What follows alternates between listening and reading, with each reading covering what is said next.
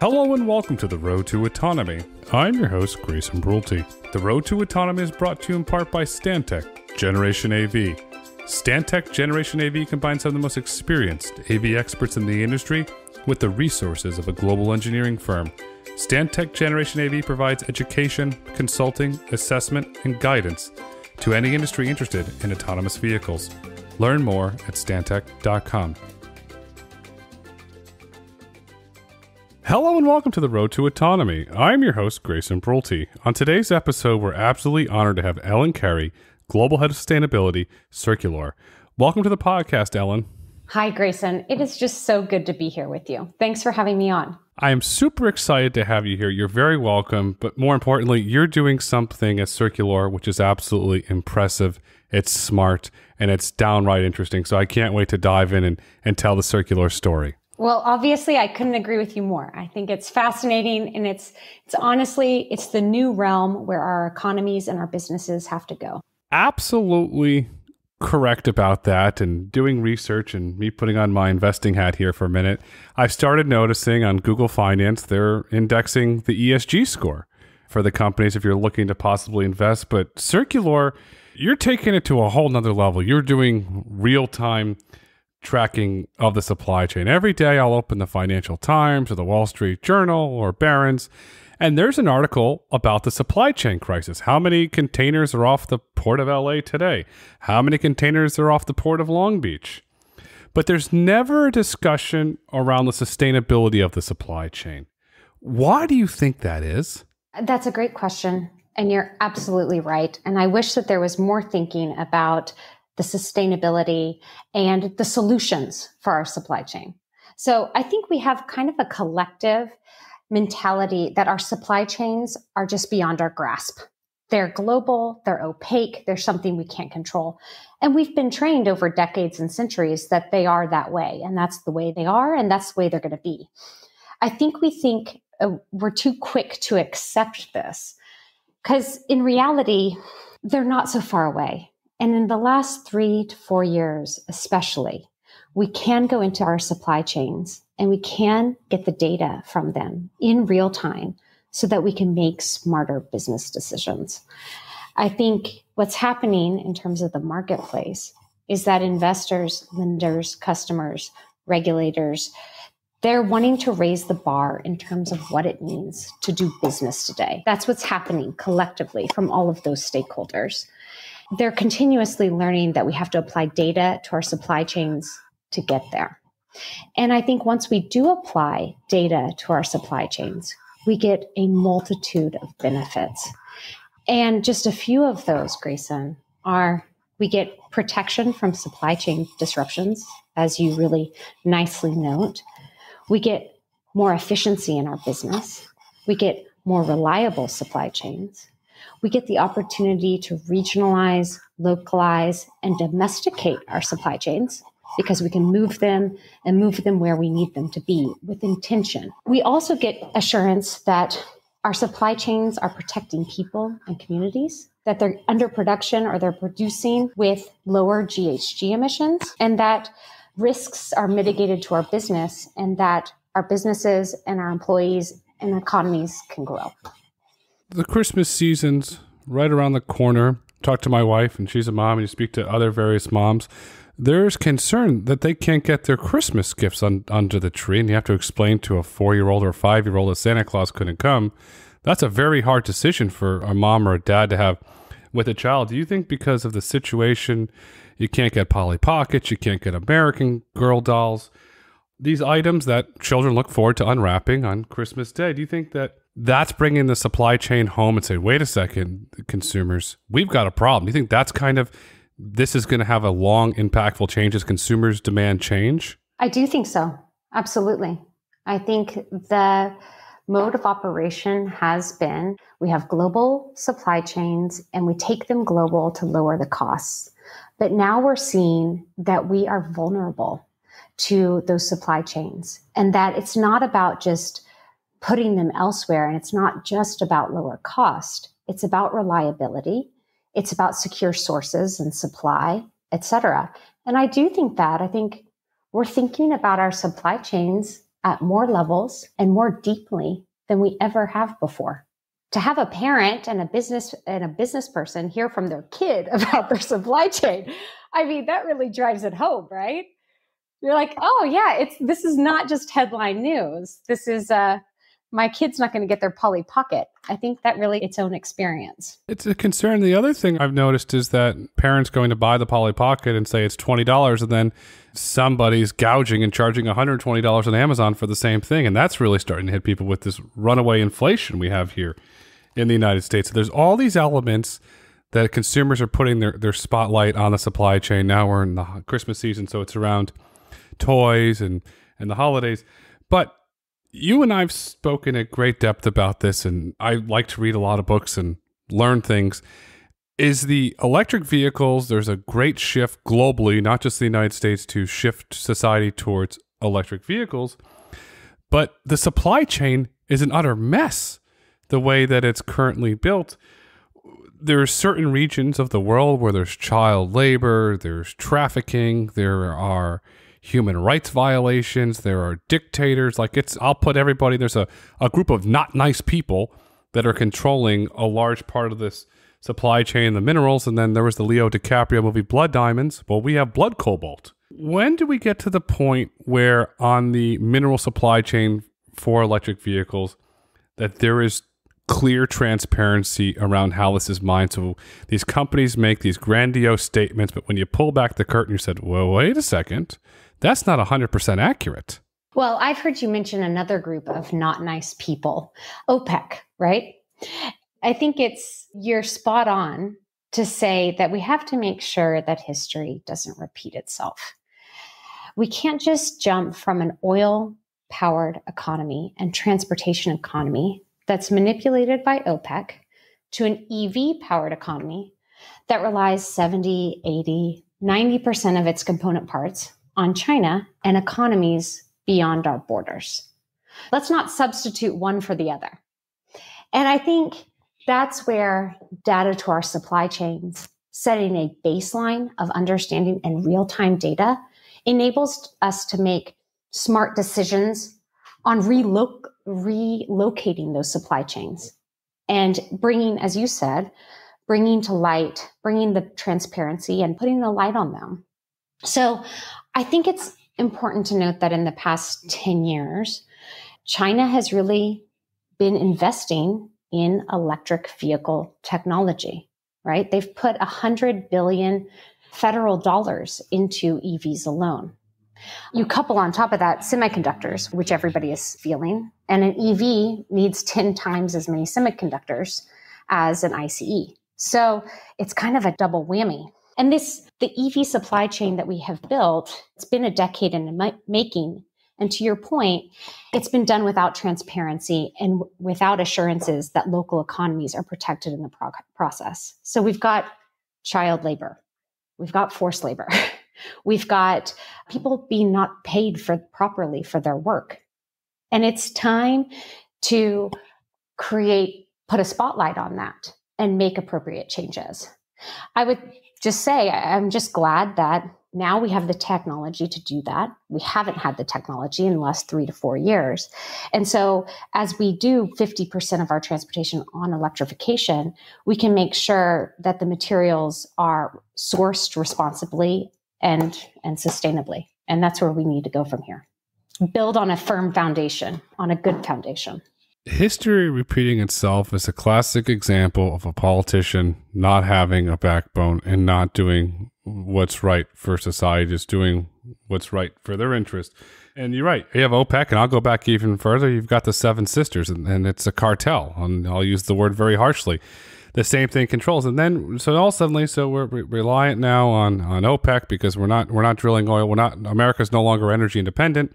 So now, instead of being reliant on OPEC and Saudi Arabia and the Middle East, now we're relying on China. Well, what's China? China's a geopolitical foe that we have not a very good, warm, fuzzy relationship, despite what President Xi said to President Biden yesterday. Hello, old friend.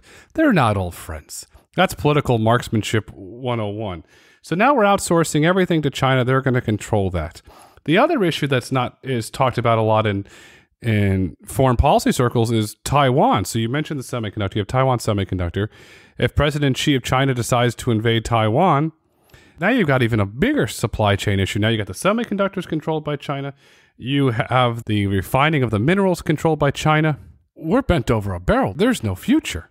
This is scary stuff that is not talked about enough.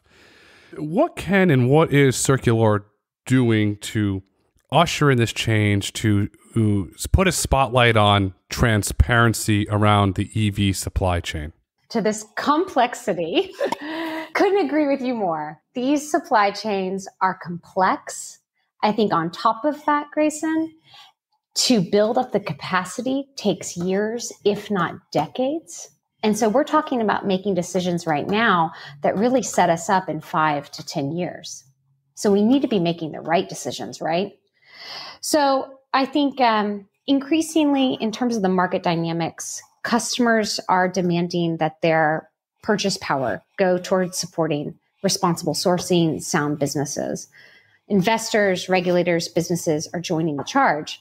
Now I think we're taking it to the next step. Now it's not just goals that anybody wants or is satiated by, right? It's not just 50% reduced CO2 use and emissions. Now they want proof. They want proof on a quarterly basis. So what does that proof look like? And I think at Circulor, we like to think of ourselves as the pioneers of proof. So more people want proof, and we got to give them the proof. And what we do is with very complex industrial supply chains, we can track the physical flow of critical materials in real time from source to manufacturer. We're not talking life cycle analysis that are old and out of date the minute you get the PDF. We also identify and prove GHG emissions. So we're talking scope 1, scope 2, scope 3 emissions throughout that process. So we can attribute and do dynamic carbon tracking throughout that process. And then third, we can use this information to continuously track and report on corporate compliance to ESG standards, to your point before. Now, we provide the data, and the idea here is that the businesses use that data to make smarter decisions. Talk is cheap. I love the tagline, pioneers of proof, because here you are, you're calling a bluff. It's like I don't play poker, but people play poker and they talk about a bluff. You're calling somebody's bluff loud and clear, and it's resonating on Wall Street. All we have to look is Larry Fink, the CEO of BlackRock, has made a lot of public statements around calling bluffs on this ESG stuff. You've got greenwashing, but no, here you are at Circulor. You're calling the bluff on the people that say, well, if I say this, I can move my stock price. And you say, no, wait a second. We believe in transparency because we are the pioneers of proof. Let's put on a mining hat here, and we're going to go back in the Old West to an old mining town, which is now a ghost town.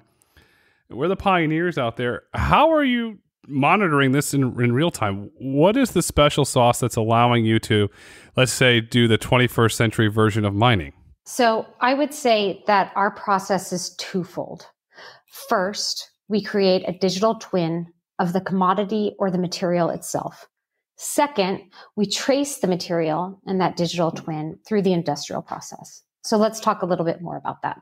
So let's say we're talking about cobalt in the DRC. We work with the mine site in the DRC to ensure that we collect the data of the material that is mined. We use a mobile app and appropriate hardware, like a spectrometer, to do a few things. First, we use facial recognition to record the identity of the miner and the pit manager who collects the material. We capture the composition of the material, including the weight, using a spectrometer. We capture the location, especially it's a licensed mine site. And then we attach an identity to it through a tag or QR code with specific attributes and accessibility.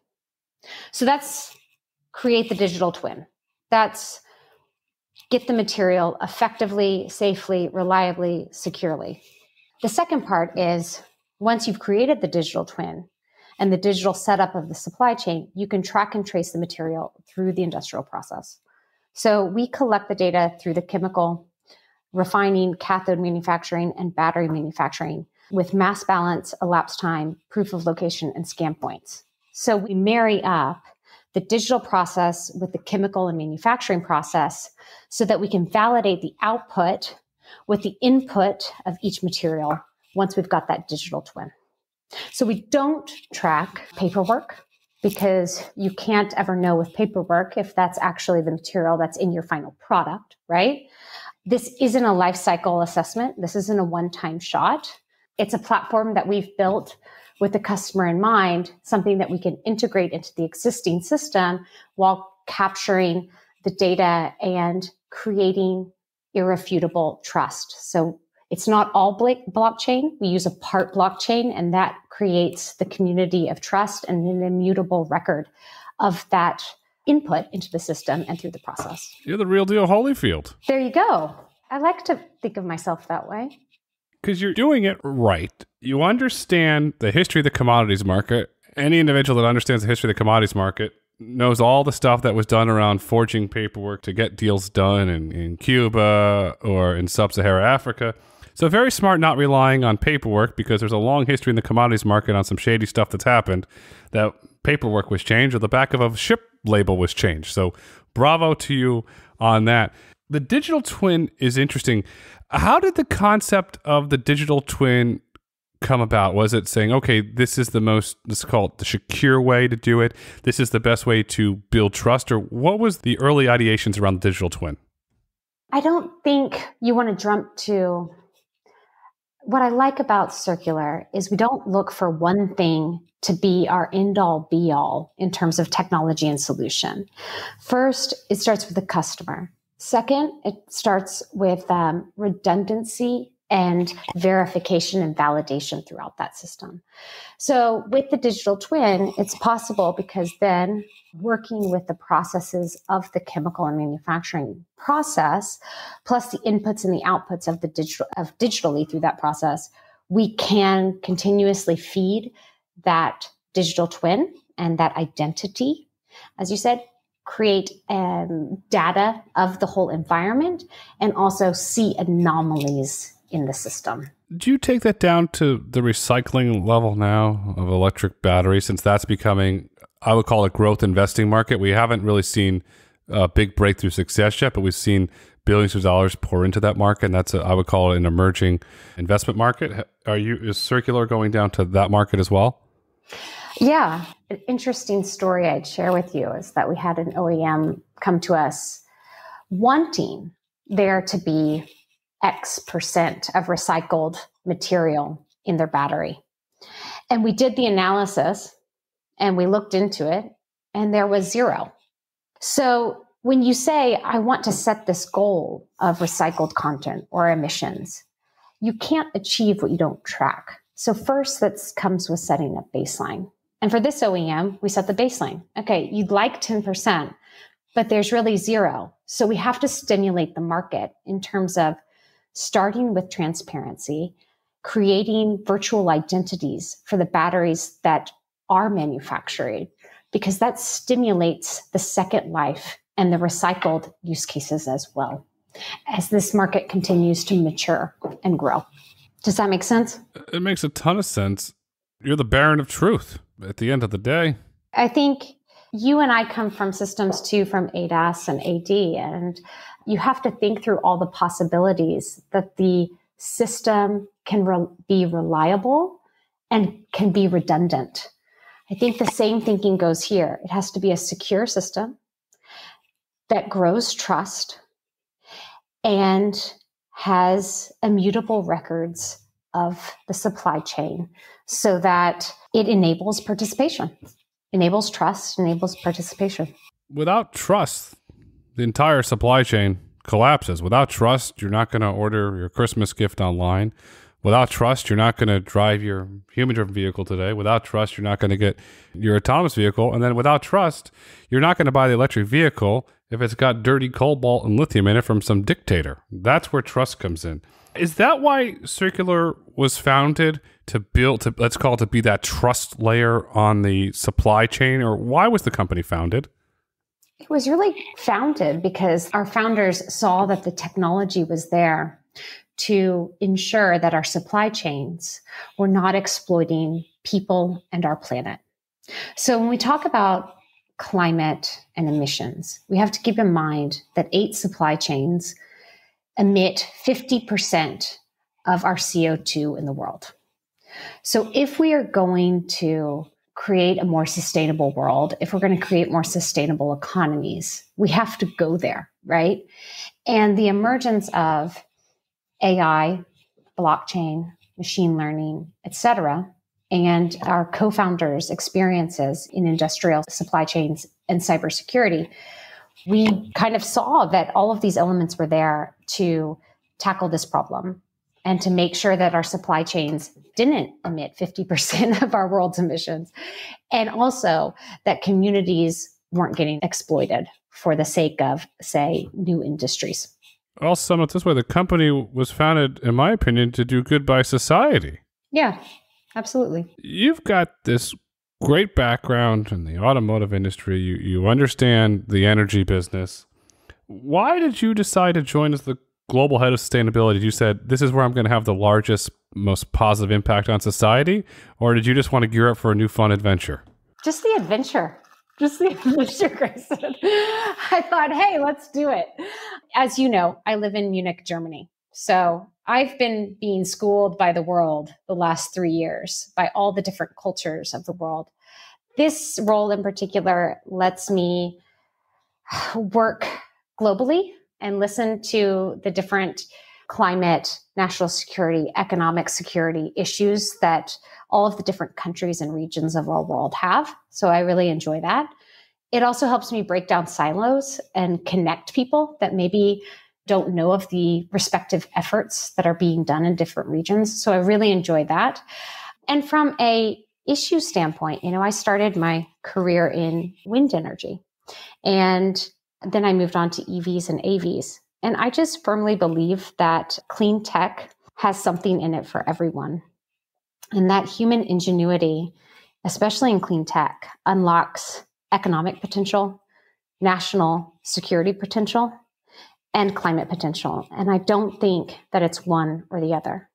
I did EVs and AVs and wind and renewable. Next thing we got to do is we got to go into scope 3 emissions, and we got to go into our supply chains.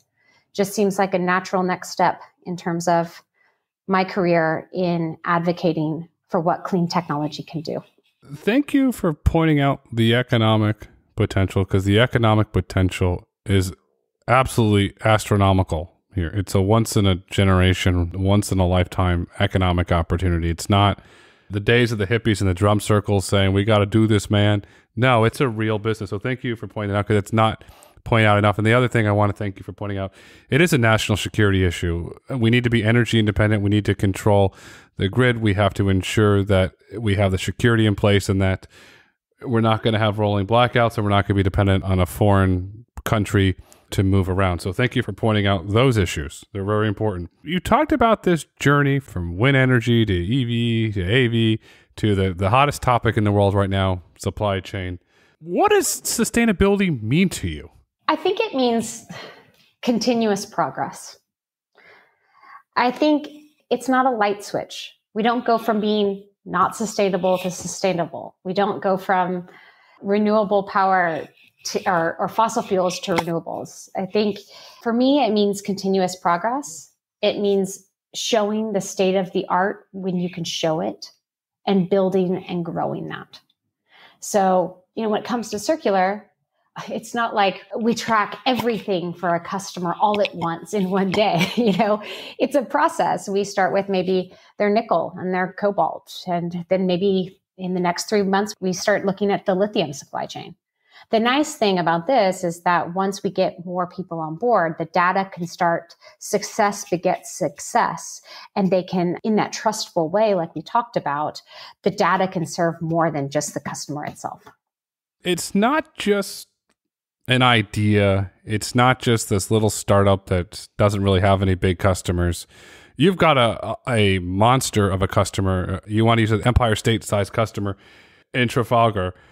They're one of the world's largest commodity trading companies. They've been doing this for years. They engage Circulor to provide traceability and CO2 tracking for the nickel and cobalt trading divisions. High five to you, Ellen, for that. In announcing the deal, Jeremy Weir, the executive chairman and CEO, stated the following: "Today's agreement is an important next step in improving transparency in commodity markets and will enable us to offer our customers responsibly sourced commodities with a clearly defined carbon specification." Absolutely brilliant. It benefits society, and it's going to print a lot of money for Trafalgar. Why did they decide to do this now? Well, I'm glad you read that quote. I like that quote a lot. And what I hear in that quote is that Trafigura is listening to the market and it's listening to its customers. So it knows that by providing transparency of its cobalt and nickel supply chains, and by dynamically tracking its CO2 emissions throughout, it provides a new value proposition to its downstream customers. It's kind of telling its customers, we know you've got this need, we feel your pain, and we're going to do something to help, and we're going to do something to start. I think they're reading the tea leaves in terms of the customer demand, the investor demand, the regulatory demand, and they're taking this moment to go ahead and get out front and lead. Will we see other commodity trading firms such as Glencore follow in their lead, do you think? Well, I think that's kind of how society works, right? Once someone else does something and ups the game, don't others follow? I mean, whether it's individuals or whether it's companies or continuously in this race of, in this case, it's a good thing, raising the bar, setting a new standard. And if certain companies have the leadership and the desire and the will to lead and get out front, then I think they will continuously set that bar. Let's hope they do it, and let's hope that Cargill follows their lead as well. And that's another commodities trader. You have these commodity traders.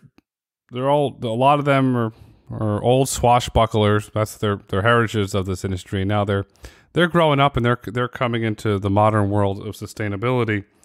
With the new executives coming up through the ranks, how important do you feel that transparency is for the commodities markets? Do we see the Chicago Mercantile Exchange start to make sustainability and transparency more of this, to kind of bringing it more Main Street, more to the investor? I wouldn't count it out, Grayson. The reasoning for the OEMs was clear. They want to pitch themselves as sustainable and responsible sourcing, especially with things like vehicles. And I think we've been nicely surprised that in the upstream, they have been embracing transparency as well.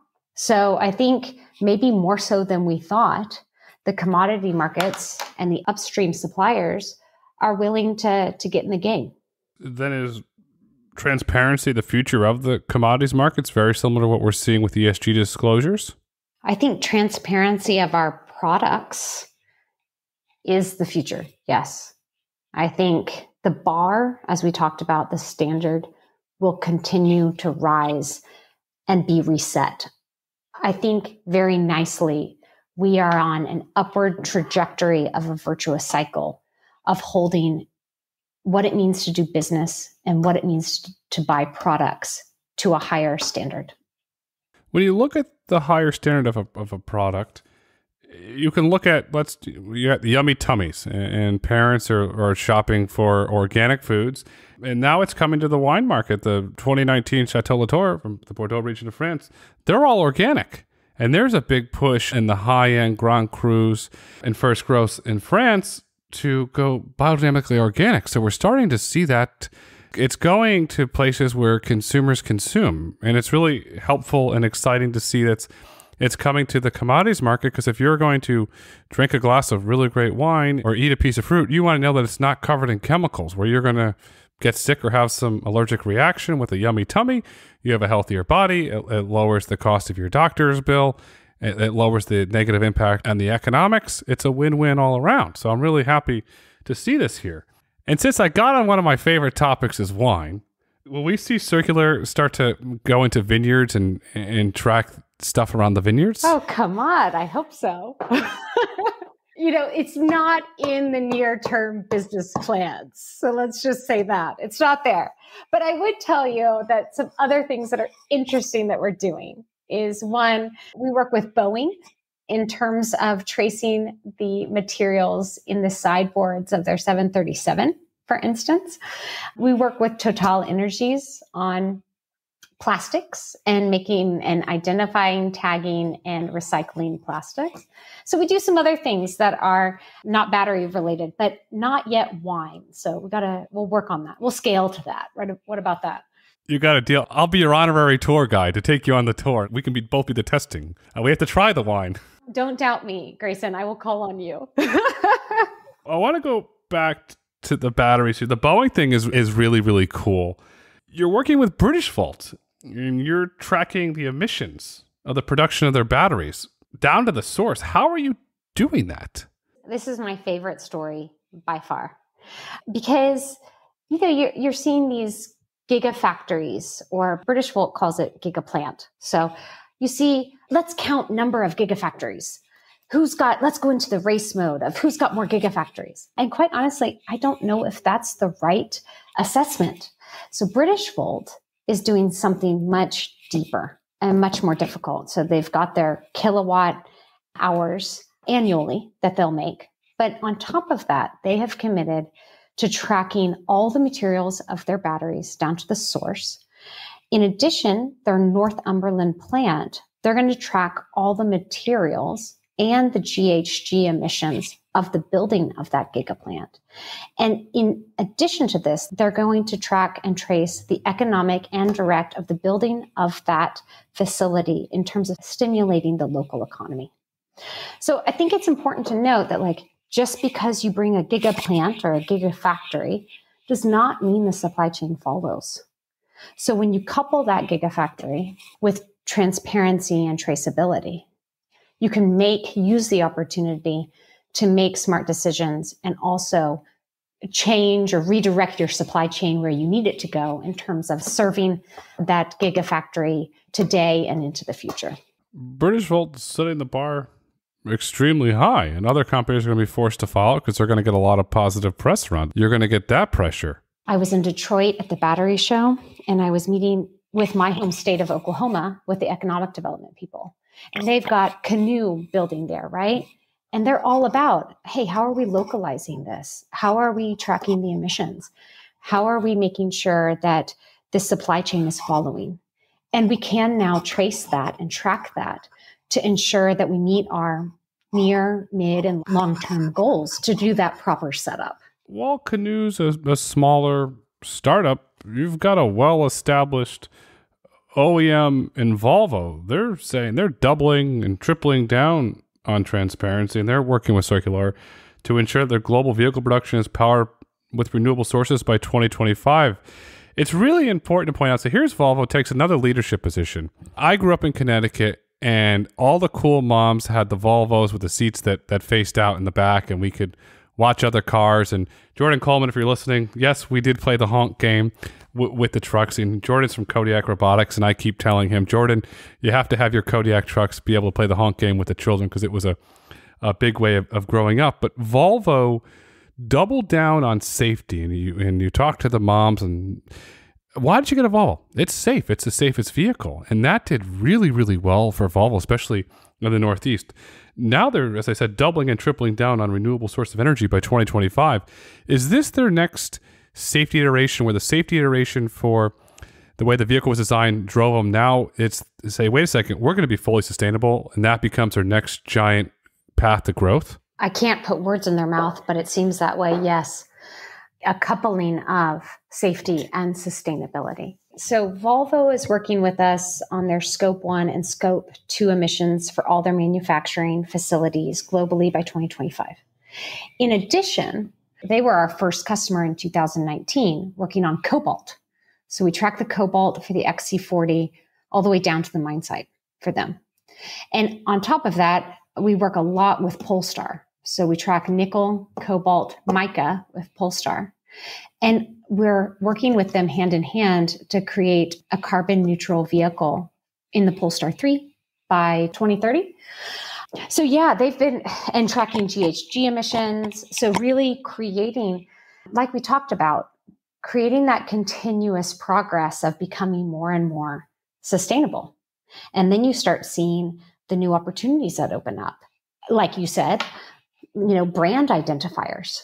Without a brand, we have nothing. Brands are going to be one of the defining factors of the future of mobility. Consumers are going to look for brands to stand for something. Consumers are going to demand sustainability. They're going to demand transparency, and they're going to demand a consistent experience. Volvo can clearly do that, and Volvo is also a very safe vehicle. Since Volvo was your first customer in 2019, it's a healthy relationship. Do you sit down with them and whiteboard different ways to help move towards more sustainability or different ways to build trust with their customers, since shining a light on the traceability? How does that relationship work with Volvo? Because it seems to me from what you described, it's a relationship that's growing leaps and bounds and shows no sign of slowing down. I wasn't there for the beginning of the relationship with Volvo. I can only tell you what I have witnessed, which is partnership and dialogue, getting on that journey together and having dialogue of what can be done, what's the data, what can we do with this data, how can we get down to our supply chain, how can we support each other. So it's definitely a partnership, and it's definitely a dialogue with congruent missions. Do you sit there with your other customers and put on your thinking caps and say, what can we do to increase your sustainability as you start to engage with these new partners and customers to benefit them, but also to benefit society and the environment? I think the data naturally leads conversations in that direction, right? And especially when we start seeing different parts of the supply chain that might not, when we have a broader suite of the data, we can have a more in-depth conversation with our customers.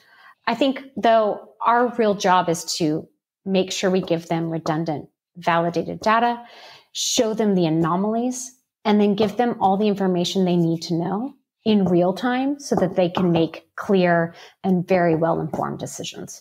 If you look at informed decisions, I want to highlight something, because I am a customer of this brand. I'm a very loyal customer. Is Jaguar Land Rover. You're working to ensure that the leather in the vehicles is traced from sustainable farms. Jaguar Land Rover, I am a customer. I have my 23 coming.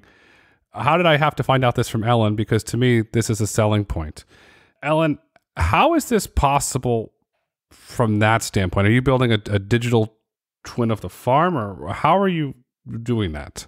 Not of the farm, but yes, of the leather, and from cow to car. So tagging the cows and the leather production and the criteria and environment from which the cows come from, and then through that process into leather production for the vehicles. We also track the GHG emissions. So this is really Jaguar Land Rover looking at, let's get the data, and then let's make decisions on how we can create sustainability within our production. You're basically building a sustainable version of Farmville then. It's not just batteries, it's leather too. I mean, for Polestar, maybe I didn't say this enough, it's we're going to track all the materials of the entire Polestar 3. So ensuring responsible and sustainable sourcing for the entire vehicle. And that's the future that more OEMs and startups will follow. The market will dictate and ensure that they follow. And Ellen, in your opinion, what is the future of sustainability, and what role do you want to play in that future? I think it's all of these components that we talked about. I think it's important not to just think just sustainability, just responsibility, but to look at them comprehensively together so that you can create maximum value and maximum opportunity. It's less about the numbers and the quantity, and it's more about going deeper on each opportunity to take advantage of the present, but then also maybe start stimulating new markets and new business opportunities for the future. I think that's what you can do with this data. So I think yes, I'm all about sustainability. I think there's equally important impacts on economic development, economic security, national security, et cetera. It's not one or the other anymore. It just isn't. So It's where we're headed. And those who step out front and lead, it will work to their advantage. And that makes you who you are. You understand both sides of the equation. It's something that you should be extremely proud of. Well, thank you. I appreciate you saying that. You're very welcome. And as we look to wrap up this extremely insightful conversation where you hit the nail on the head and you got it 100% right, what would you like our listeners to take away with them? I would say, hey, we're able to take our standards to our supply chains. It's not out of your grasps. It's right there, and we can start influencing this realm that might have seemed untouchable. It's there, and it's within our grasp, and we can create transparency, accountability, and a higher standard for doing business. Yes, we can. It sounds like a political slogan, but yes, we can do this, and we will do this as a society. And no, I'm not running for president, but yes, we can bring transparency to the supply chain, because the future's bright, the future's autonomous, and the future is transparent, sustainable supply chains. Ellen, thank you so much for coming on the Road to Autonomy today. Thank you, Grayson. I really enjoyed the conversation. I did too. Thank you. Thank you for listening to the Road to Autonomy podcast. If you've enjoyed listening, please rate, review, and subscribe on your favorite podcast platform. Want to get in touch? Follow us on Twitter at Road to Autonomy, or email podcast@brulteco.com. The Road to Autonomy is produced by Brulte & Company. The views and opinions expressed on the Road to Autonomy podcast do not necessarily reflect the views and opinions of Brulte & Company. The content discussed in this podcast is for informational purposes only and should not be taken as legal, tax, investment, or business advice.